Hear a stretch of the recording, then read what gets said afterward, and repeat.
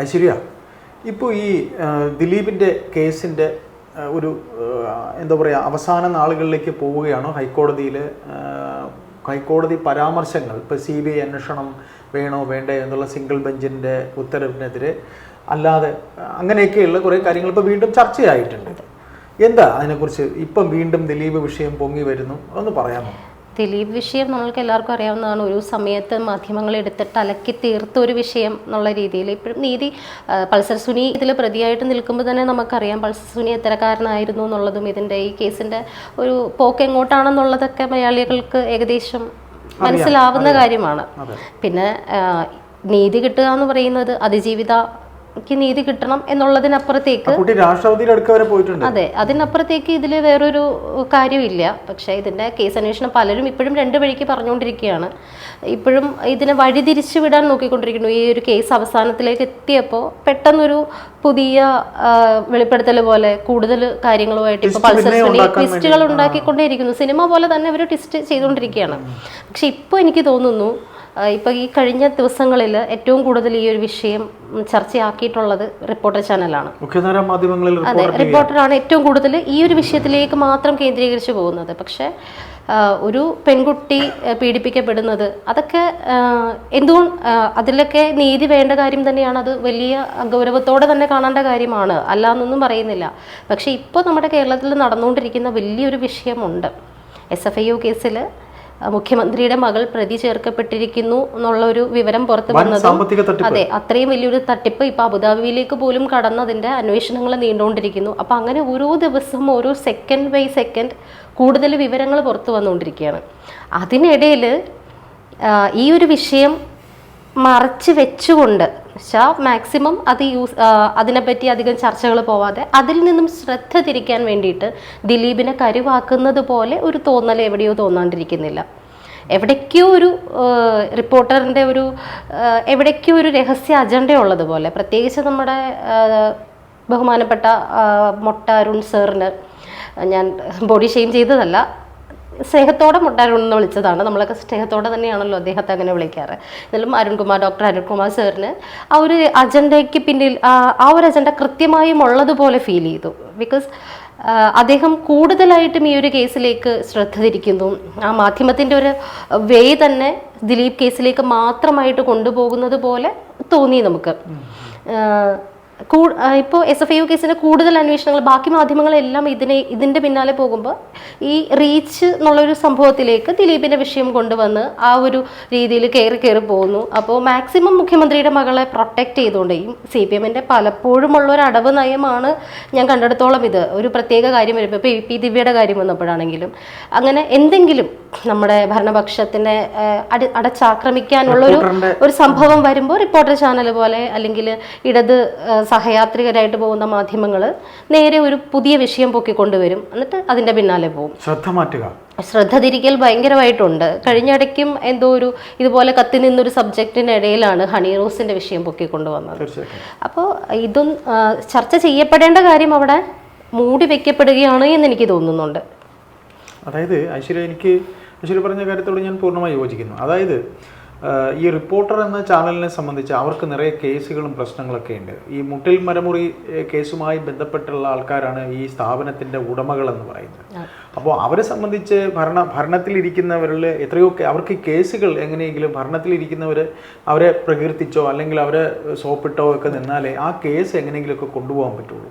അതിനു വേണ്ടിയിട്ടാണ്, അതായത് കാലാകാലങ്ങളിൽ ഇത്തരത്തിൽ ഭരണത്തിലിരിക്കുന്നവർക്ക് ഏതെങ്കിലും ഒരു ചാനലിൻ്റെ സപ്പോർട്ട് അവർക്ക് ഉണ്ടാകും. അതിൻ്റെ കാരണം അവർക്കെതിരെയുള്ളൊരു എവിഡൻസ് ഇവരുടെ കയ്യിലുണ്ടാകും. ആ എവിഡൻസ് വെച്ചുകൊണ്ടാണ് ഇവരെ അവരെ ചെറുതായിട്ടെങ്കിലും അവരിങ്ങനെ കയറൂരി വിട്ടതെന്നൊക്കെ ഇങ്ങനെ പോകുമ്പോൾ ഇത് അറിയിക്കേണ്ടവരെ അറിയിച്ചു കൊടുക്കും. ഇപ്പോൾ MP നികേഷ് ഞാൻ MP നികേഷ് സാറിൻ്റെ കാലത്ത് അവിടെ ജോലി ചെയ്യുന്ന ആളാണ്, റിപ്പോർട്ടർ TV ജോലി ചെയ്യുന്നതാണ്. അന്നൊരു സ്റ്റാൻഡ് ഉണ്ടായിരുന്നു. അന്ന് ഞങ്ങളൊക്കെ റിപ്പോർട്ടർ ചാനലിൽ ദാരിദ്ര്യത്തിൽ 3 മാസം 4 മാസം ശമ്പളം കിട്ടാതെ ജോലി ചെയ്തവരാണ്. എങ്കിലും ഞങ്ങൾക്ക് ശമ്പളം തന്നിട്ടുണ്ട് വൈകിയാണെങ്കിലും. പക്ഷെ അന്നും ഒരു സ്റ്റാൻഡ് ഉണ്ടായിരുന്നു.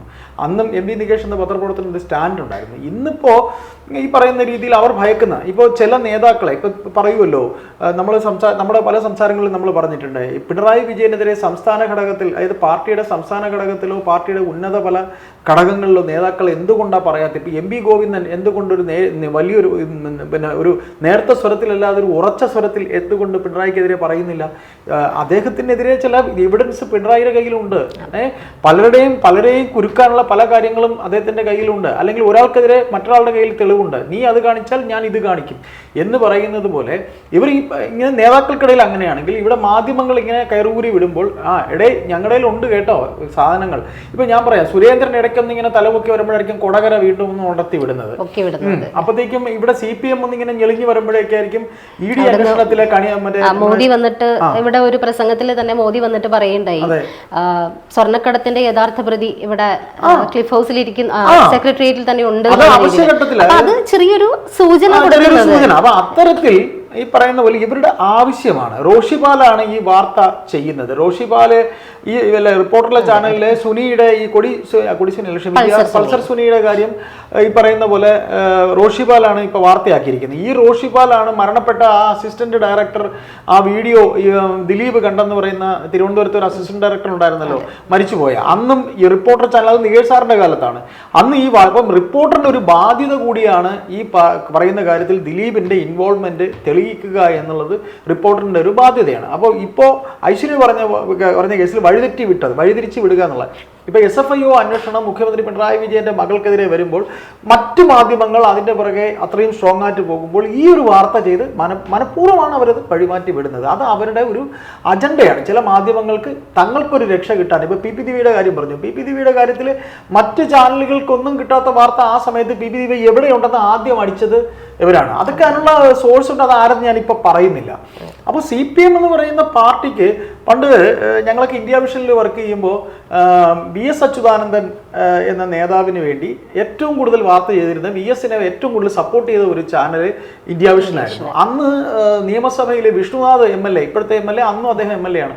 അന്ന് കൈരളി ചാനൽ പോലും പിന്നെ ലീഗിന്റെ മുതലാളി, അന്ന് മുനീർ സാഹിബ് MLA ആണോ എന്ന് എനിക്ക് ഓർമ്മയില്ല, ലീഗിന്റെ നേതാവായ മുനീറിന്റെ ചാനൽ എന്തുമാത്രം സപ്പോർട്ടാണ് VSന് വേണ്ടി ചെയ്യുന്നത്, ഇവിടെ കൈരളി പോലും ചെയ്യുന്നില്ലല്ലോ എന്ന് പറഞ്ഞു. അത് VSന് വേണ്ടി ചെയ്യുമ്പോൾ അതിനൊരു അന്തസ്സുണ്ടായിരുന്നു, അന്ന് അതിനൊരു അന്തസ്സുണ്ടായിരുന്നു. പക്ഷെ ഇതങ്ങനെയല്ല. ഈ പറയുന്ന പോലെ ഭരണപക്ഷത്തിനെ അവർക്ക് അവരുടെ പല കാര്യത്തിലും അങ്ങനെ നിൽക്കേണ്ടി വരും. ഇപ്പൊ ഞാൻ പറയുന്നത് വെച്ചിട്ട് സുജയ പാർവതിക്കും അരുൺകുമാറിനും എതിരായിട്ട്, സുജയ പാർവതിയുടെ പേര് കൃത്യമായിട്ട് പുറത്തു വന്നില്ല, അരുൺകുമാറിനെ പ്രത്യക്ഷത്തിൽ പ്രതിയാക്കിക്കൊണ്ടൊരു പോക്സോ കേസ് വന്നിരുന്നു. ഓർക്കുന്നില്ല, യുവജനോത്സവത്തില് ആ ഒരു സംഭവം വരെ ഒരു എഡിറ്റേഴ്സ് മീറ്റ് എടുത്ത് നോക്കിക്കഴിഞ്ഞാല് സുജയ വന്നിട്ട് CPMനെ അടിക്കുന്നു, അപ്പുറത്തുനിന്ന് ഉണ്ണി ബാലകൃഷ്ണൻ വന്നിട്ട് നമ്മുടെ CPMനെ സപ്പോർട്ട് ചെയ്യുന്നു. അതെ, ഉറപ്പായിട്ടും അപ്പൊ സപ്പോർട്ട് ചെയ്യുന്നു. അങ്ങനെ ഒരു രീതിയിൽ പോയത് ഈ കേസ് വന്ന് ഉറപ്പായിട്ടും. പക്ഷെ അന്നത്തെ ദിവസത്തെ എഡിറ്റേഴ്സ് ടോക്ക് ചേട്ടൻ നോക്കണം. അന്നത്തെ ദിവസം നേരെ തിരിഞ്ഞു, നേരെ തിരിഞ്ഞു വന്നിട്ട് അന്നത്തെ ദിവസം മുതൽ ഈ ഒരു സംഭവത്തിൽ അന്ന് ഏതൊരു വിഷയം എടുത്തിട്ട് സുജയ പാർവതി CPMനെ സപ്പോർട്ട് ചെയ്യുന്നു, ഉണ്ണി ബാലകൃഷ്ണൻ ഉണ്ണി സാറും സ്മൃതി പരുത്തിക്കാടും നേരെ വന്നിട്ട് ഇതിനെ ഒപ്പോസ് ചെയ്യുന്നു. മീറ്റ് ദ എഡിറ്റേഴ്സിന്റെ ഒരു മുഖമേ മാറി. നമ്മൾ കണ്ടിരുന്ന ഒരു സ്റ്റാൻഡൊക്കെ തമ്മിൽ ഇങ്ങനെ ഒറ്റയടിക്ക് അങ്ങോട്ട് മാറിപ്പോയത്. ഇതിനകത്ത് ഈ പറയുന്ന പോലെ ഇതൊക്കെ ഒരു തരം ഒരു പറഞ്ഞു വെച്ച് ചെയ്യുന്ന ഒരു സാധനമാണ്. അത് നമുക്ക് എല്ലാവർക്കും മനസ്സിലാവും. കാര്യം നമ്മളൊന്നും വിഡ്ഢികളൊന്നുമല്ല. നമ്മളിതിൽ പണിയെടുത്തവരായാലും പണിയെടുക്കാത്തവരായാലും സാധാരണ പ്രേക്ഷകർക്കും അത് മനസ്സിലാവും. അത് പറഞ്ഞ വളരെ കറക്റ്റാണ്. ഇന്നലെ വരെ പറഞ്ഞുകൊണ്ടിരുന്ന സുജയ പാർവതി ഇന്ന് മുതൽ അങ്ങനെയായി. സുജയ പാർവതിയെ കുറിച്ച് നമ്മുടെ ഇവരുണ്ടല്ലേ ശോഭ സുരേന്ദ്രൻ, BJPയുടെ നേതാവ്, ഇവരെന്ത് BJP അനുകൂലമാണ് പറയുന്നതെന്നൊക്കെ ചോദിച്ചു. അത് പൊളിച്ചെടുക്കുകയാണ് കൊടുത്തത്. അപ്പൊ അതുകൊണ്ട് അതിലൊന്നും നമ്മളൊന്നും കാണേണ്ട കാര്യമില്ല. അവരെ സംബന്ധിച്ച് അവരെ നിലനിൽപ്പാണ്. നിലനിൽപ്പിന് വേണ്ടി ചില സമയങ്ങളിൽ സ്റ്റാൻഡ് മാറ്റേണ്ടി വരുന്നുണ്ട് പലർക്കും. അല്ല ശരി, ഈ പറഞ്ഞത് നമ്മളിപ്പോ ഈ സംസാരിച്ച സംഗതി എന്ന് പറയുന്നത് ഈ പറയുന്ന മുഖ്യമന്ത്രിയുടെ മകൾക്കെതിരെയുള്ള കേസിനെ വഴിതെറ്റിച്ച് അത്രയും വലിയൊരു കേസ് ഇവിടെ നിൽക്കുമ്പോൾ അതിനെ ശ്രദ്ധ തിരിച്ചു വിടാൻ വേണ്ടിയിട്ടുള്ള CPMന്റെ സ്ഥിരമായിട്ടുള്ള ഒരു അടവ് നയം തന്നെയാണത്. വലിയ പ്രശ്നം വരുമ്പോ വേറൊരു സംഭവം കൊണ്ടെത്തരും. കത്തി നിൽക്കുമ്പോ ഹണി റോസിനെ ഇറക്കും. കുറെ നാള് നമ്മളിങ്ങനെ മാധ്യമങ്ങൾ ഹണി റോസിന്റെ പിന്നാലെ പോകും. ഹണി റോസ് പോകുമ്പോ അടുത്തത് വരും, ഒരു ശ്വേതാ മേനോൻ വരും, അല്ലെങ്കിൽ അങ്ങനെ എന്തെങ്കിലും ഒക്കെ ആയിട്ട് നമ്മൾ ഈ പറഞ്ഞ പോലെ ഇവരുടെ ഒരു ആവശ്യമാണ്. ഇവരാണ് ദിലീപിന്റെ കേസിൽ ആ മരണപ്പെട്ട സംവിധായകൻ ബാലചന്ദ്രൻ, ആ സംവിധായകൻ ആണ് ഈ വാർത്ത ഇവർക്ക് ആദ്യം ഈ റോഷിപാലിന് തന്നെയാണ് കൊടുക്കുന്നത്. അപ്പൊ അങ്ങനെ അത് സ്ഥാപിച്ചെടുക്കേണ്ടത് അവരുടെ ഒരു ആവശ്യമാണ്. പിന്നെ ഒരു ചാനൽ, ഇപ്പൊ ഏഷ്യാനെറ്റ് ന്യൂസ് എന്താണെന്നും 24 എന്താണെന്നും അല്ലെങ്കിൽ മറ്റ് ചാനലുകൾക്ക് പറ്റുമോ ന്യൂസ് 18 എന്താണെന്നും ഈ റിപ്പോർട്ടർ ചാനൽ എന്താണെന്നും കാണുന്നവർ പ്രേക്ഷകർ കാര്യം അല്ല, അവർക്ക് അറിയാം എന്താണ് സ്റ്റാൻഡ് എന്ന്. ഇപ്പൊ രാവിലെ മുതൽ വൈകുന്നേരം വരെ ആ സാധനം അടിച്ചില്ലേ, നമുക്ക് ഓർമ്മയുണ്ട്. ഏത് ഈ റോഷിപാല് ഇപ്പൊ ഈ സുനിയെ വെച്ചുകൊണ്ട് ബാലേന്ദ്രകുമാറിന്റെ അങ്ങനെ ചെയ്തു. ഇപ്പൊ സുനിയുടേതും ഇപ്പൊ സുനിയെ വെച്ച് സംസാരിച്ചു.